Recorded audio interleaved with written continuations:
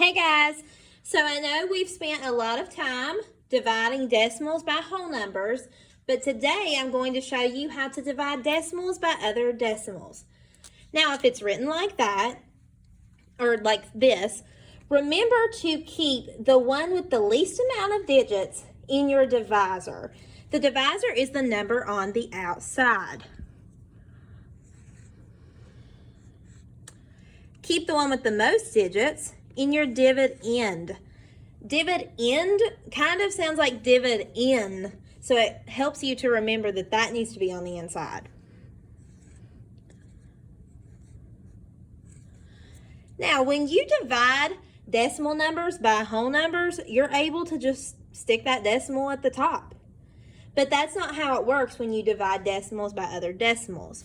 You have to make this a whole number. To do that, you skip 1. And then it would become a 7 because every number has a decimal to the right of it. And then what you do to the outside, you have to do to the inside. So if I skip 1 here, then I have to skip 1 over here. And then I bring my decimal up wherever it lands. You can rewrite that problem if you want to. I'm not going to, but here later I might, just to show you, because sometimes those little counters can get a little confusing, but I'm going to leave it up there for you right now so that you get the idea better. So now looking at this problem, 7 cannot go into 0. Can 7 go into 5? Nope. So you can stick zeros up there if you want to remind you that nothing goes up there, because that's the thing about decimals. You've got to keep everything lined up straight. You've got to keep nice, neat handwriting. If everything's not straight, then it's very easy to get confused. Now, didn't go into 0, it didn't go into 5, but can it go into 56? Yeah, it can. And I know my multiplication facts, so I know that 7 times 8 is 56. So 7 goes into 56 8 times. 8 times 7 is 56. Subtract it out, I get a 0 at the end, and I'm finished up with that problem. My answer is 8/10. Now let me show you what I mean by rewriting the problem. Currently, you'll see that I have 9 6/10 divided by 1 6/10. Just like the last problem, I have to make this a whole number. So I skip 1, and if I skip 1 here, then I have to skip 1 here and bring it up. Now, you can easily rewrite that problem so that you don't have all these crazy lines, and it would look like this.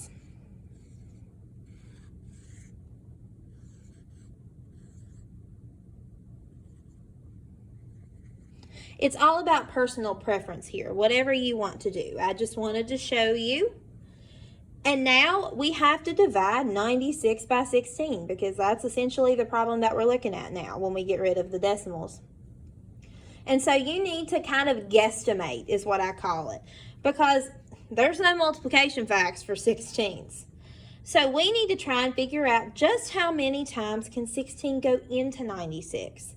And if you're having some trouble being like, okay, I can round 16 to 20, and that goes into, like 20 goes into like 100 if I rounded this about 5 times. If you're really stuck on your guesstimating though, I always suggest to start at 5 and go up or down depending on that. So let me try to do 16 times 5. All right, 6 times 5 is 30. Put the 0 here, carry the 3. 5 times 1 is 5, plus 3 more. That's 8. Uh-oh. I can go up 16 more because 80 plus 16 would give me 96. And just as a reminder, and if you're in the Monday, Tuesday group, you know what I'm talking about already. Multiplication is literally just repeated addition. So 16 times 5 is like saying 16 plus 16 plus 16 plus 16 plus 16. I can just add 16 more to that. I don't need to come out and do 16 times 6 to see if it works. Just add 16 more to that, Oh, it does. And this is like saying the same thing as 16 times 6. Because it's just repeated addition. It's just adding one more 16. So I know that 16 can go into 96 6 times. And 6 times 16 is 96. Subtract it out, you get 0. There's a decimal point over here to the right. Every number, every whole number has a decimal point to the right. So my answer to this problem is 6. Now I want you to try this one on your own sheet of paper. I'm going to stay here and pause for a little bit so that I know that you've done it.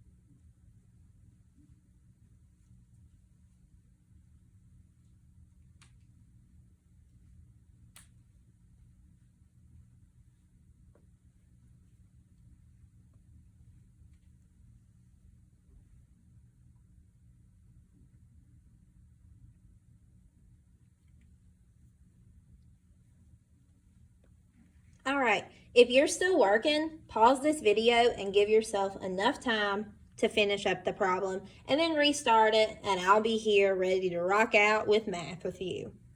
So looking at this problem, I have 3 45/100 divided by 1 5/10. So I set it up, put my 1 5/10 on the outside, make my 3 45/100 my dividend, and I need to make my divisor a whole number. Skip.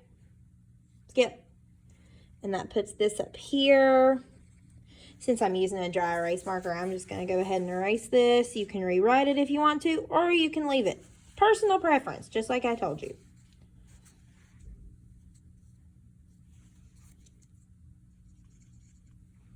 Okay, looking at this problem now, and it's got a nice lovely gap, and it's bothering me, so I'm going to have to rewrite it.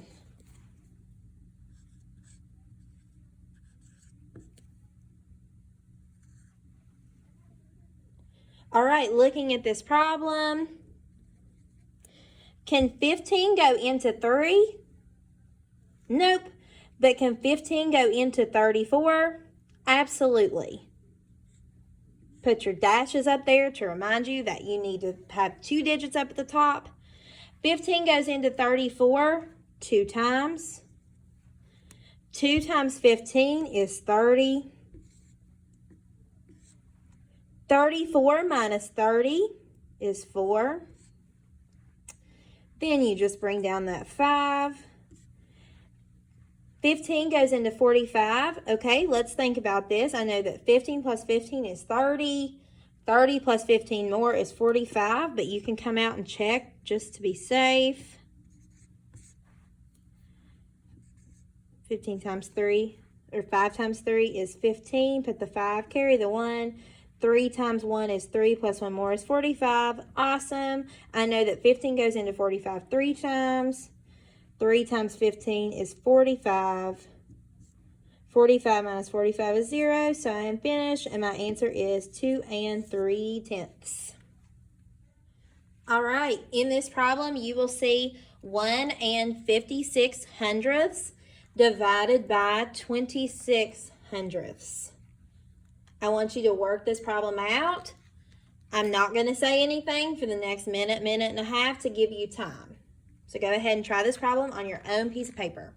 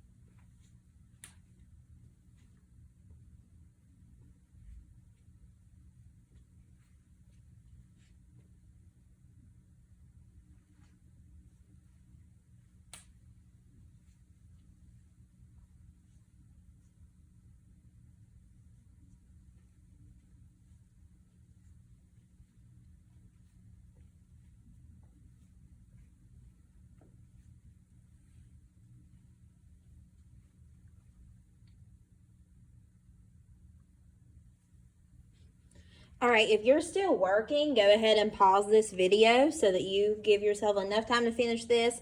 I don't want you to just keep watching because I really, really want you guys to try it yourself.